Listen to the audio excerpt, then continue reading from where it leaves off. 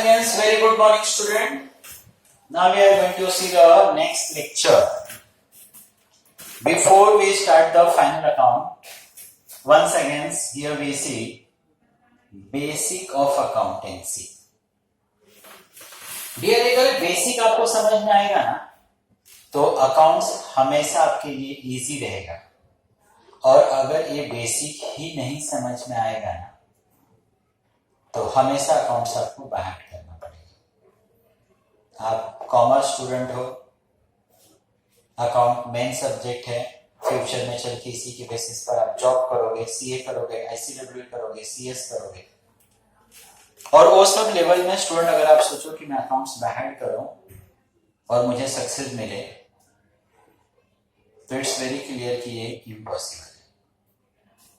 तो मैं तो सिर्फ अकाउंट्स ही नहीं, कोई भी एक्स वाई जेड आप सब्जेक्ट करते हो ना डियर, तो please you try to understand, उसको समझ के पढ़ो, बाहर में मत जाओ। तो before start the final account मैं यहां पर फिर से आपको बेसिक 11th स्टैंडर्ड में जो ऑलरेडी हमने पढ़ा था ना उसी को रिपीट करने की कोशिश करता हूं, and from the next lecture will see the final account. Final account का लेक्चर हम लोग क्या करेंगे स्टार्ट। तो इसके लिए मैं बोल सकता हूं यहां पर क्लासिफिकेशन ऑफ अकाउंटेंसी।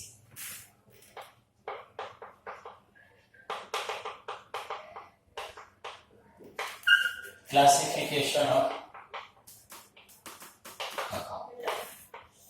देखो अकाउंट्स को किस तरीके से उन्होंने क्लासिफाई किया, अलग अलग चीजों के अंदर उन्होंने क्या किया, डिवाइड किया। तो क्लासिफिकेशन ऑफ अकाउंट्स को उन्होंने 2 पार्ट्स में डिवाइड किया। एक उन्होंने बोला personal account, another is the impersonal account. Student, accounts divided into 2 parts. One is the personal, another is the impersonal. अब सबसे पहले क्लासिफिकेशन का मतलब क्या होता है? डिवाइड करना, बांटना। तो अकाउंट को किस तरीके से इन्होंने अलग अलग पार्ट्स के अंदर डिवाइड किया वो हम लोग यहाँ पर पढ़ते। तो पर्सनल और इम्पर्सनल। अब जो नाम लिखा है ना स्टूडेंट, उसी के अंदर उसका एक्सप्लेनेशन दिया। पर्सनल अकाउंट के अंदर स्टडी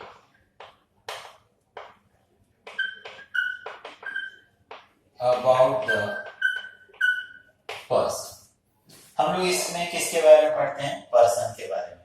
तो सर फिर इम्पर्सनल में क्या पढ़ते हैं? पर्सनल का अपोजिट इज इम्पर्सनल, तो इसमें हम पर्सनल के बारे में पढ़ते हैं।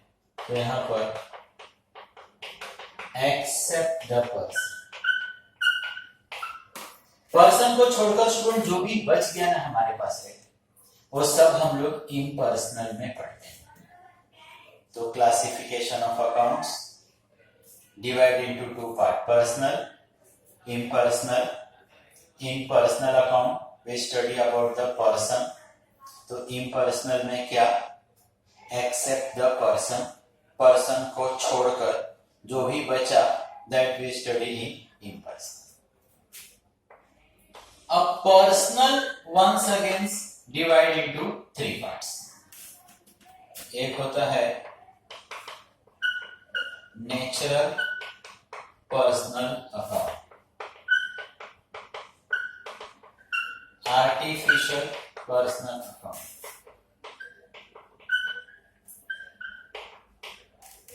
Representative personal account. इसको मैं ग्रुप भी बोल सकता हूं।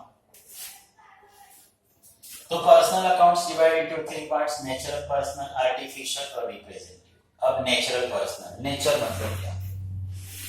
तो नेचर का मतलब होता है student all those things which created made given by the God. वह सारी चीजें जिसको गॉड ने बनाया, वो सारी चीजों को हम नेचुरल बोलते हैं। अब अगर एज अ स्टूडेंट मैं आपसे पूछूं कि नेचर का मतलब क्या, तो आप क्या बोलोगे?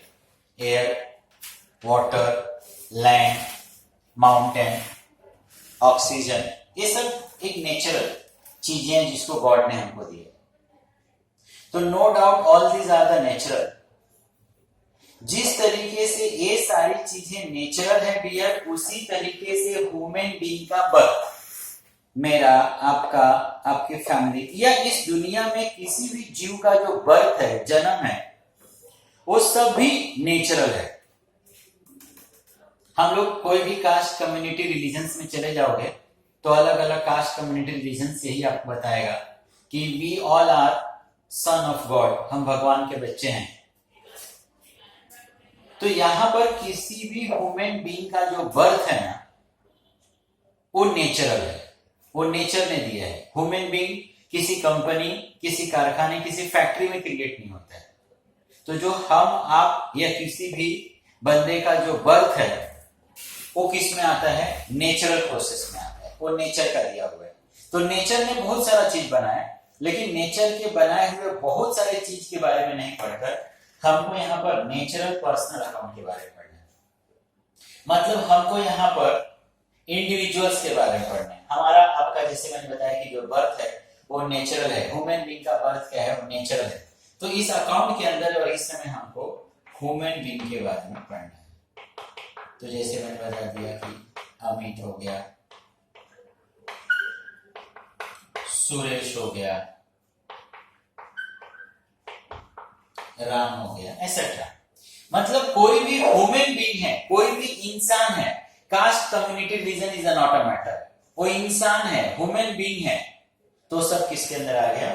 नेचुरल के अंदर आ गया, नेचुरल पर्सनल के अंदर। आर्टिफिशियल में हम लोग क्या पढ़ते हैं? In artificial also we study about the person. यहां भी हम पर्सन के बारे में पढ़ते हैं, but here we study those name which we get after completing some legal formalities। मतलब वो नाम है लेकिन वो इंसान का नाम नहीं है। तो सिर्फ इंसान का नाम नहीं है तो किसका नाम है? किसी एरिया का नाम, किसी प्लेस का नाम, कॉलेज का नाम, स्कूल का नाम। All those name which we get after completing some legal formalities। नाम लेकिन इंसान का नाम नहीं है। वो नाम कैसे मिला? लीगल फॉर्मेलिटीज कंप्लीट करने के बाद मिला। वो सब आता है artificial person.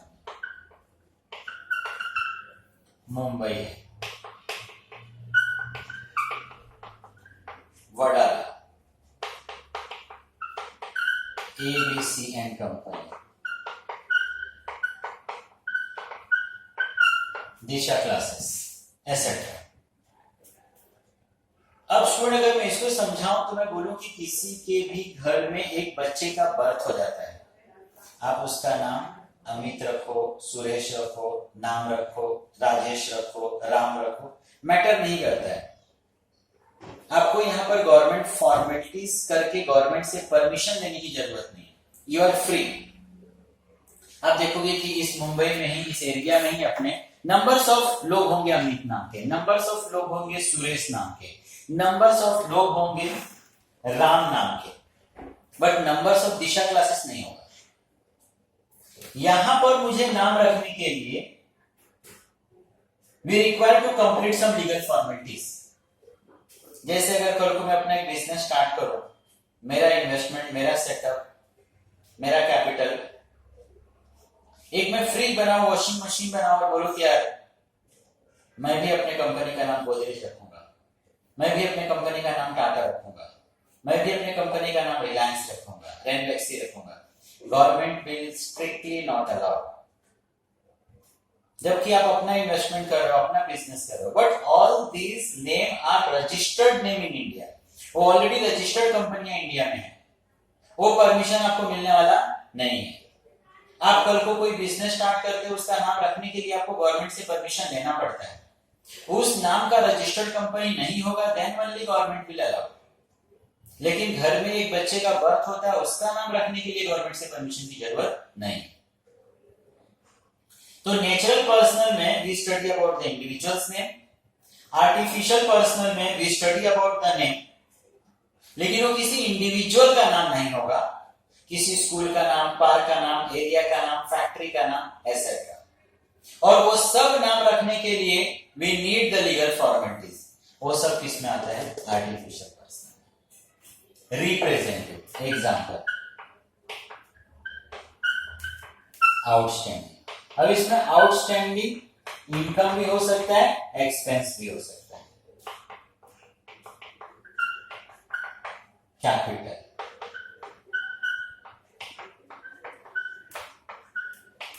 Income receivable etcetera.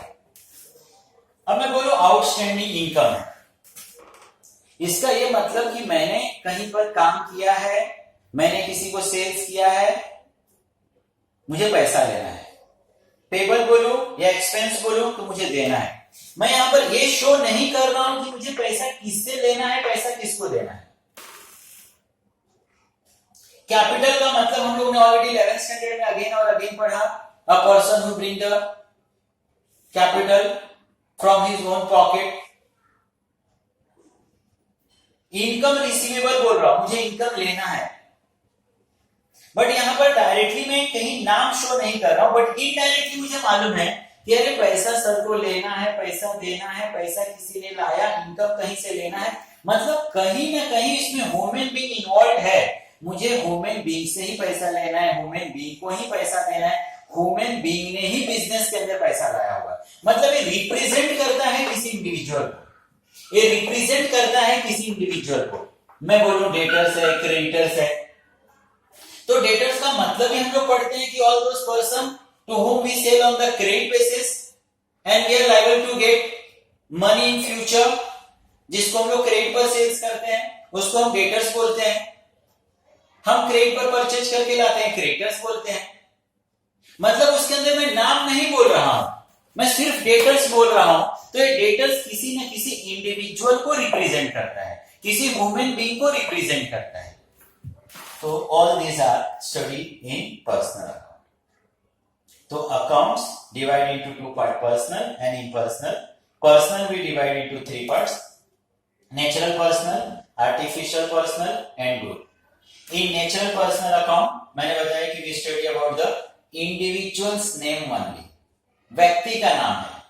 Artificial मैंने बताया कि नाम है बट वो व्यक्ति का नाम नहीं है, स्कूल का नाम, पार्क का नाम, एरिया का नाम। And all these name we get after completing some legal formalities.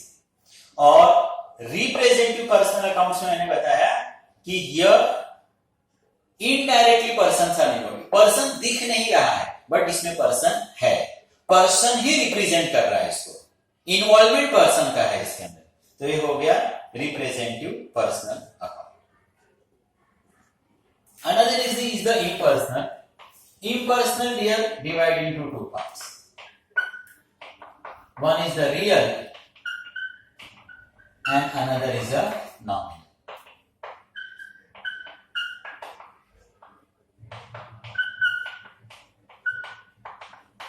Property and assets. In nominal, expenses, losses, income, gain. Impersonal account. In this we study except the person. This account divided into two parts, real and nominal. In real account, we study about the property and assets, and nominal account expenses, losses, income and gain. अब student में mostly ना इन दोनों में mistakes करता है, real और nominal. Student इसको काफी हद तक पहचान लेता है कि पर्सन है ना, नाम है, जिसमें यहां पर भी नाम है, यहां पर नाम है। इसमें लिटिल बिट स्टूडेंट को डिफिकल्टी लगता है, बट अगेन एंड अगेन करने से स्टूडेंट इसको समझ, और इसमें नंबर्स ऑफ आइटम्स भी कम होते हैं, तो स्टूडेंट इसको भी पहचान लेता है, बट स्टूडेंट यहाँ रियल और नॉमिनल में मिस्टेक्स करता है। एक नॉर्मल स्टूडेंट हमेशा ये सोचता है कि पैसा खर्चा किया मतलब वो एक्सपेंस हो गया। इट्स नॉट ट्रू, पैसा खर्चा हुआ मतलब एक्सपेंस नहीं है। माय डियर, रियल में तो हम एक्सपेंस कर ही नहीं रहे हैं, लेकिन यहाँ पर मैंने एक्सपेंस लिखा ही नहीं, यहाँ तो हम एक्सचेंज कर रहे हैं, एक्सपेंस हम लोग यहाँ पर कर रहे हैं।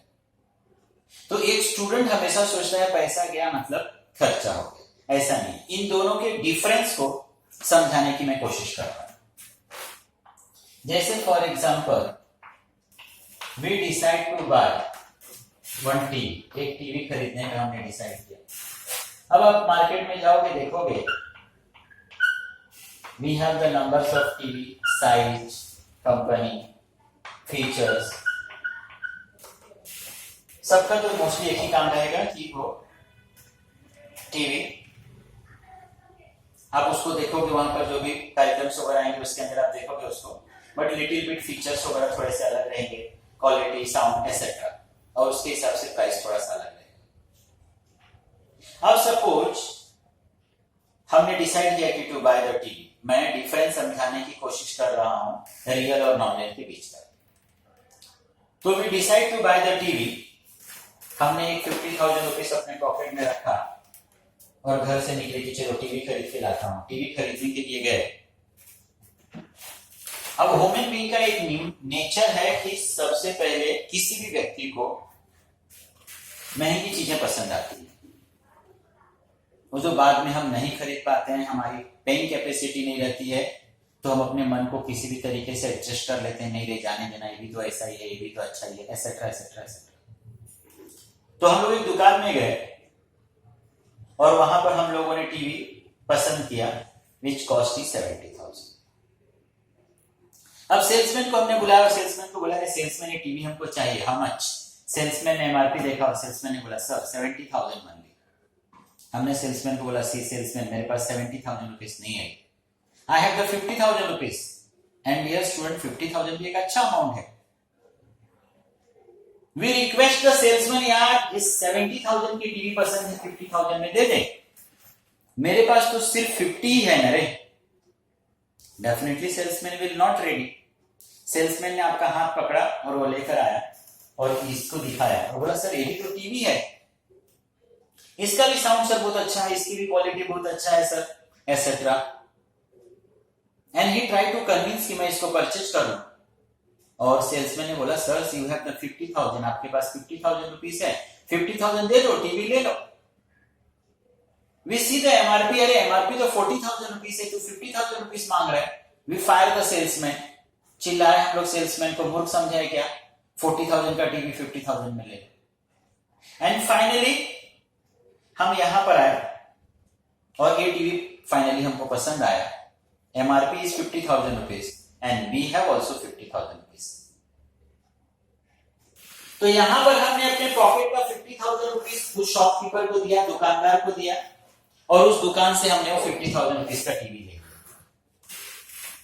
तो यहां पर हम लोगों ने स्टूडेंट खर्चा नहीं किया, हमने एक्सचेंज किया।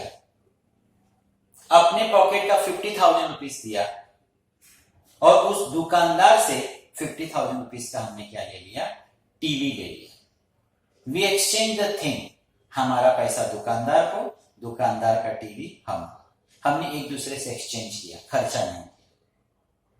हम एक फ्लैट खरीदते हैं, नो डाउट हम वहां पर पैसे काउंट करते हैं, जो भी XYZ अमाउंट रहा। हमने सपोज 1 करोड़ का एक फ्लैट खरीदा, हमने अपना 1 करोड़ उसको दिया, तो उसने भी तो अपना फ्लैट आपको दिया। तो हम यहां पर एक्सचेंज कर रहे हैं। एक्सचेंज के साथ और 2 चीजें ध्यान रखना स्टूडेंट, हमारे पॉकेट से पैसा गया, उतनी कीमत की वस्तु मिली, वस्तु का लाइफ मोर देन 1 ईयर होना चाहिए। And definitely when we sell that ना, जब मैं उसको सेल्स करूं ना स्टूडेंट, तो मुझे कुछ ना कुछ क्या मिलना चाहिए, पैसे मिलना चाहिए। तो एक इसमें आएगा real, these are the property and assets. पैसा जाएगा, उतने कीमत की वस्तु, वस्तु का लाइफ मोर देन 1 ईयर, वो आपके लिए क्या बनेगा, property and assets. Nominal account, expenses, losses, income, gain. अब इसमें इसका अगर डिफरेंस बताऊं तो क्या बोलूंगा, यहां पर पैसा गया, उतनी कीमत की क्या मिली, वस्तु, लाइफ मोर देन 1 ईयर। अगर उसका life with in a year रहे ना स्टूडेंट, तो एसेट्स नहीं होगा, फिर वो एक्सपेंस हो जाएगा। तो पैसा गया, वस्तु मिला, वस्तु का life more than 1 year, and when after the numbers of year use करने के बाद जब मैं उसको सेल करूं तो we get something. These are the assets, property and assets. Land है, बिल्डिंग है, प्लांट है, मशीन है, फर्नीचर है, एसेट्रा। इन सब का देखोगे कि लाइफ मोर देन 1 ईयर है। यहां हम एक्सचेंज कर रहे हैं, और जब कभी भी हम सेल्स करेंगे तो डेफिनेटली वी गेट समथिंग।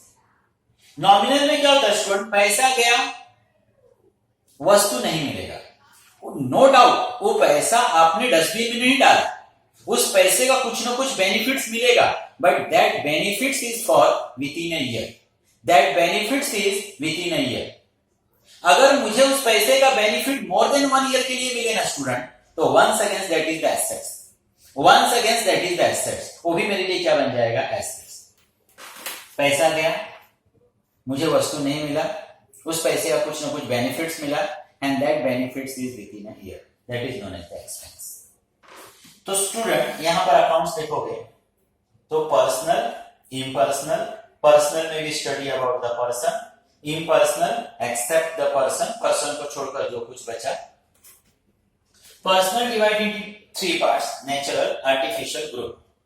मैंने बताया कि नेचुरल पर्सन के अंदर भी study about only individuals name, सिर्फ इंसान, व्यक्ति रहेगा उसके अंदर। आर्टिफिशियल पर्सन में बताया कि नाम रहेगा लेकिन व्यक्ति का नाम नहीं रहेगा, those name which we get after completing legal formalities.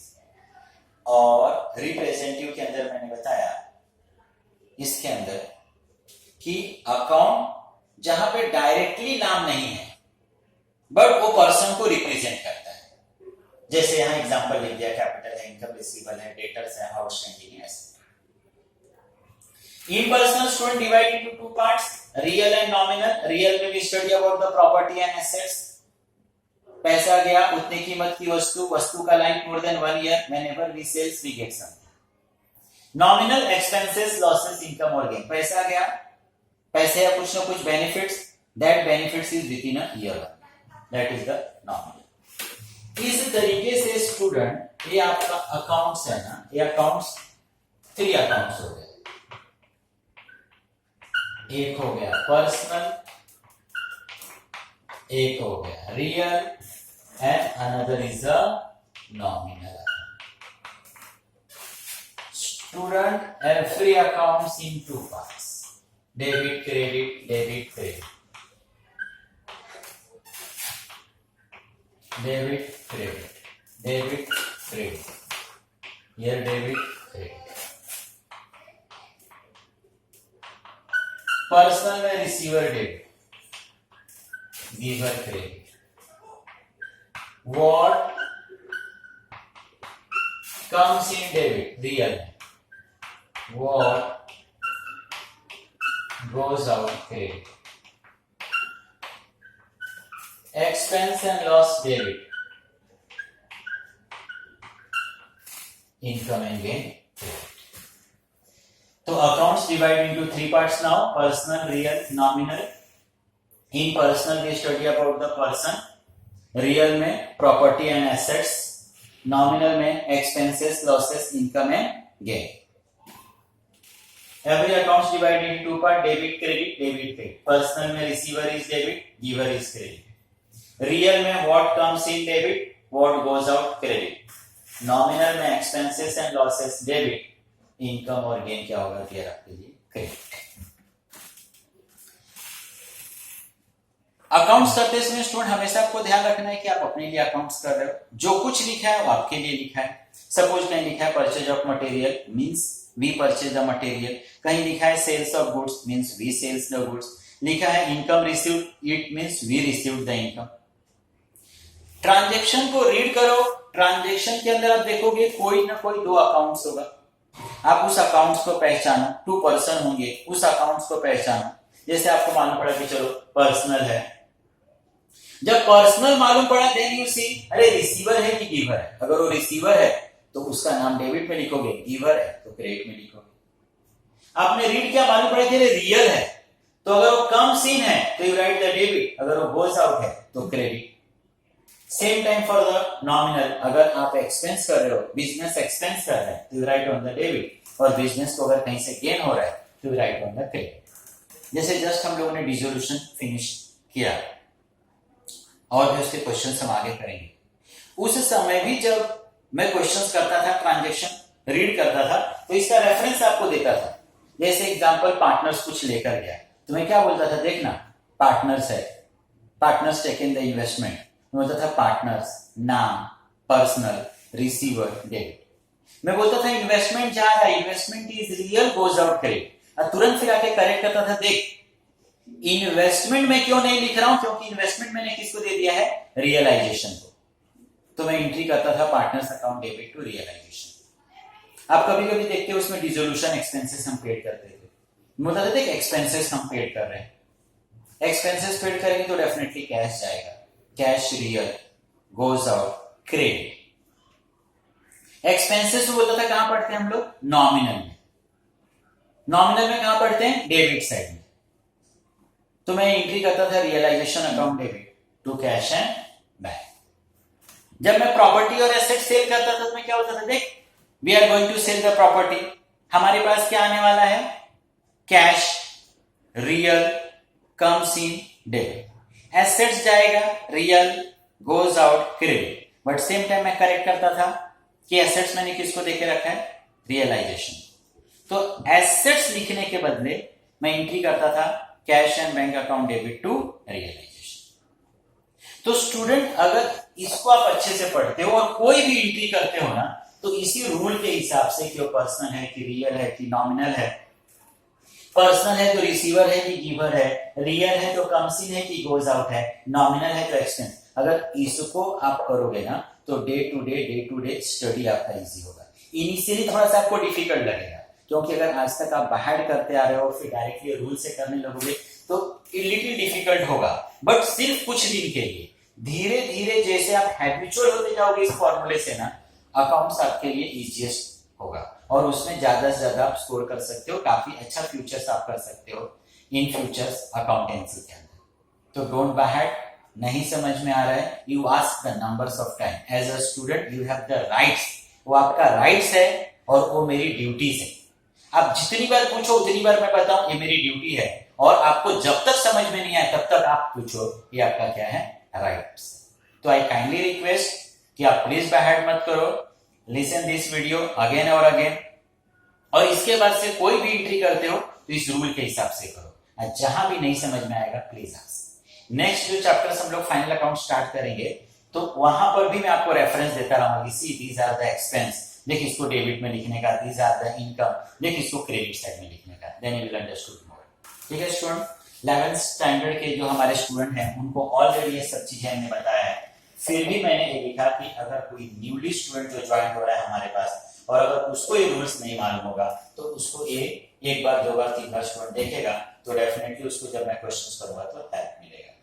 अब मैं 5-6 सेकंड के लिए इसको रहने देता हूं ऐसे ही, कि अगर किसी ने कॉपी नहीं किया है तो आप इजीली इसको कॉपी कर लो, and then next lectures will see the final. Thank you student.